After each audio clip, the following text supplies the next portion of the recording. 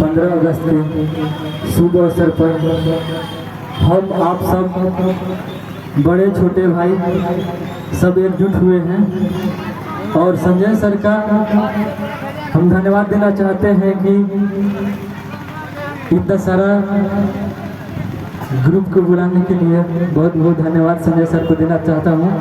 और जितने भी सर हमारे टीचर लोग हैं ग्लोबल ऋषि पब्लिक स्कूल का, उन लोगों का भी धन्यवाद देना चाहता हूँ कि आज हमको इस स्टेज पर एक गावे का मौका मिल रहा है। भैया आप लोग एक जोरदार ताली बजा दीजिए संजय सर के लिए और टीचरों के लिए, सर के लिए। चलिए बहुत धन्यवाद। तो आई हम आप सबके बेटा भतीजा एक छोटे मोटे सिंगर भरत भास्कर,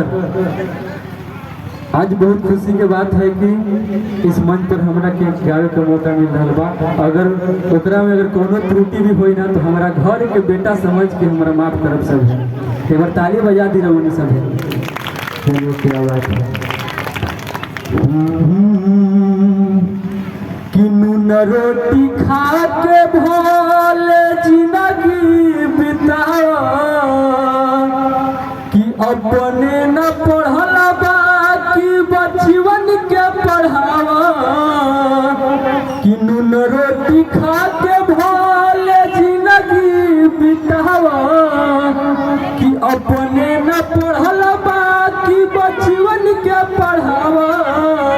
अरे पढ़ी लिखी हे जग में महान बा कि पढ़ लिख बबुआ कलमी में जान बा कि पढ़ लिख बबुआ कलमी में जान बा कि इहे पढ़ैया अम्बेडकर जी कैले अब हर घर शिक्षा के अलख जगैले कि इहे पढ़ैया अम्बेडकर जी कैले अब हर घर शिक्षा के अलख जगैले पढ़ी लिखी राज दिहले देख संविधान बा कि पढ़ लिख बबुआ कलमी में जान बा कि पढ़ लिख बबुआ कलमी में जान बा कि कहे विवेकानंद ज्योति बा फूले और लइकन के पढ़े खातिर भेजया स्कूले